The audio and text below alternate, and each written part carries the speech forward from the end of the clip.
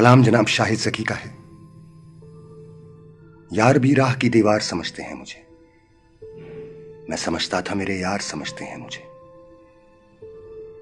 जड़ उखड़ने से झुकाव है मेरी शाखों में, दूर से लोग समरबार समझते हैं मुझे।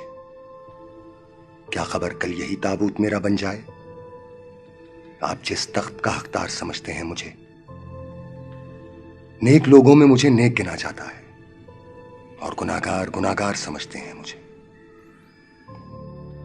मैं तो खुद बिकने को बाजार में आया हुआ हूं और दुकानदार खरीदार समझते हैं मुझे।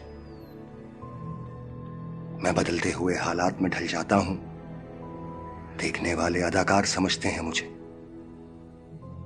वो जो उस पार हैं इस पार मुझे जानते हैं, ये जो इस पार हैं उस पार समझते हैं मुझे। मैं तो यूं चुप हूं कि अंदर से बहुत खाली हूं और ये लोग पुरस्कार समझते हैं मुझे। रोशनी बांटता हूं सरहदों के पार भी मैं, हम वतन इसलिए गद्दार समझते हैं मुझे। जुर्म ये है कि इन अंधों में हूं आंखों वाला, और सजा ये है कि सरदार समझते हैं मुझे। लाश की तरह सरेआब हूं मैं और शाहिद, डूबने वाले मददगार समझते हैं मुझे।